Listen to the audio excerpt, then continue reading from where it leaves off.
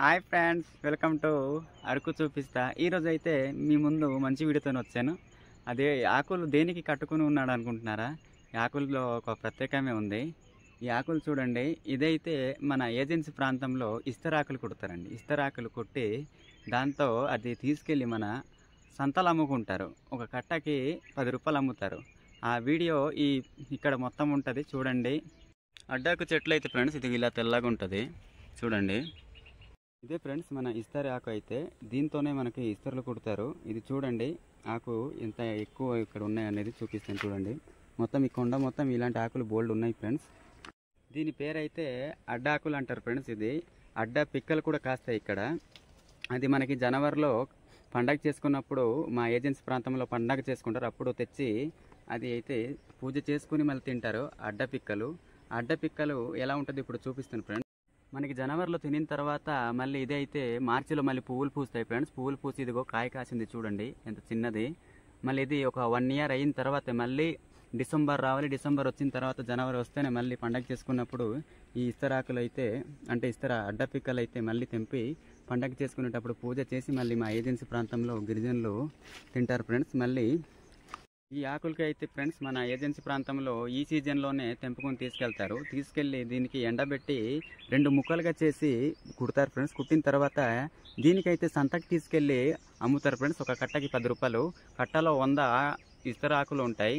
మళ్ళీ వారానికి సరిపోయే కూరగాయలు ఈ ఆకులు అమ్మే కొని తెస్తారు ఫ్రెండ్స్. ఈ ఆకులకైతే ఇలా తెంపాలి. ఇదిగో చూడండి తెంపుతున్నాను. ఇలా తెంపాలి ఇది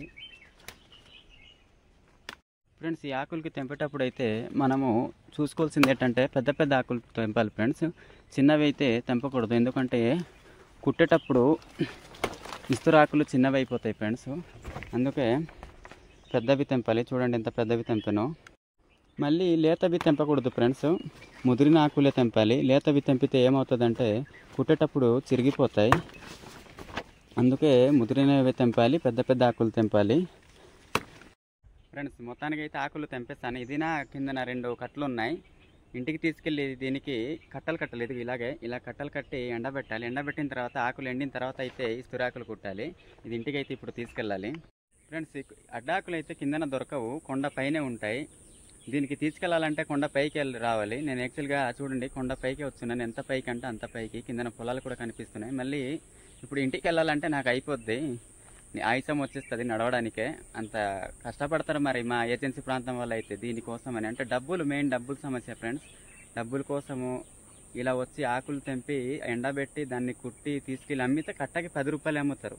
కట్టకి 10 రూపాయలు అంత చీప్గా అమ్మి అంత కష్టపడేటప్పుడు అంత కష్టపడతారు. అమ్మిన తర్వాత దాంతోనే వారానికి సరిపోయే అంత కూరగాయలు కొని తింటారు ఫ్రెండ్స్ మా ఏజెన్సీ ప్రాంతంలో అయితే ఉన్న గిరిజనులు ఫ్రెండ్స్. ఆకులు ఆరబెట్టే ముందు అయితే ఇది ఇలా చేస్తారు ఫ్రెండ్స్. ఇలా తెచ్చి చూడండి ఇలా చేస్తారు. ఇలాంటిది ఓ 4 లేకపోతే 3 వేస్తారు. ఆరబెట్టే ముందు అయితే ఇలా చుట్టాలి. ఇదిగో చూడండి చుట్టుతున్నాను. ఇది ఫ్రెండ్స్ ఇలా చుట్టడమే ఫ్రెండ్స్. మనం కట్టింది ఆకులు అయితే ఇదిగో ఇలా ఆరబెట్టుకుంటాం మేము. ఇలాగా ఎండ ధర ఇలా లైన్గా పెట్టడమే. ఇదైతే ఆరిన తర్వాత ఇస్తరు కుట్టాలి ఫ్రెండ్స్. ఇది ఆరిన తర్వాత 2 ముక్కలు చేసి ఇస్తరులు కుడతాం. ఇలా లైన్గా ఆరబెట్టడమే ఫ్రెండ్స్. చూడండి ఇలాగ ఆరబెడతాం ఫ్రెండ్స్. ఆకులు అయితే ఎండిపోయింది. 4 రోజులు ఎండబెట్టాను మరి నేను. మొత్తం ఎండిపోయింది. ఇప్పుడు దీనికైతే నేను 2 ముక్కలు చేసి ఇస్తరాకులు కుట్టాలి. ఇప్పుడు అయితే మా గిరిజనులు ఇలాగా ఆకుల్ని ఇలా కట్ చేస్తారు ఫ్రెండ్స్. గుడ్డలు తెచ్చి ఇలాగా అన్నీ ఇలా కట్ చేసేయాలి. ఇస్తరాకులు కుట్టాలంటే మాత్రం ఎంత కష్టపడతారో మా వాళ్ళు, కానీ ఫలితం మాత్రం చాలా తక్కువగానే ఉంటుంది. ఇలా కట్ చేసుకుంటాం ఫ్రెండ్స్.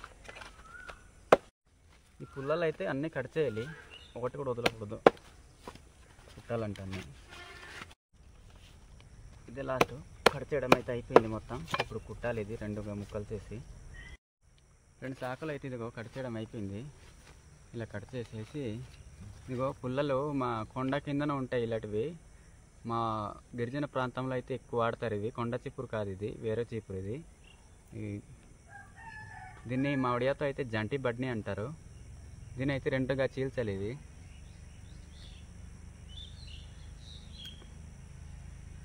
మీకు ఇలాగ చీల్చాలి. ఇది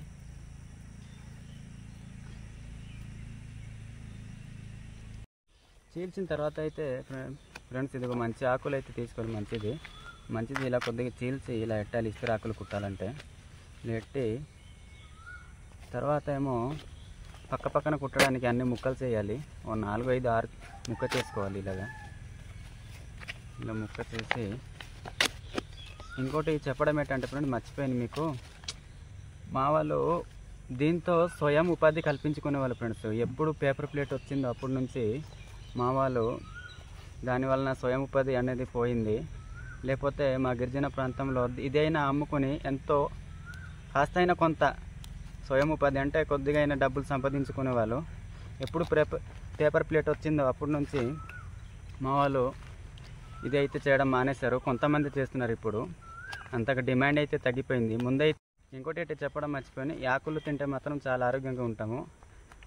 మళ్ళీ మా ప్రాంతంలో అయితే ఈ ఆకులతోనే డొప్పలు కుడతారు. డొప్పలు కుట్టి ఫంక్షన్ అయినా కార్యమైనా అదే వాడుకునే వాళ్ళం. ఇప్పుడు పేపర్ ప్లేట్ వచ్చి అన్నిటికీ మా ఈ ఇస్తురాకులు డిమాండ్ అయితే తగ్గిపోయింది. ఇప్పుడు ముందైతే ఇదే, ఇవి ఎక్కువ కుట్టేసి సంతలో నమ్ముతాము. అమ్మితే మాకు ఎంతో కొంత డబ్బులు వచ్చేది అప్పుడు. ఇప్పుడైతే ఏం రావట్లేదు. అంటే డిమాండ్ ఈ పేపర్ ప్లేట్ రావడం వల్ల మొత్తం డిమాండ్ తగ్గిపోయింది ఇస్తురాకులకైతే.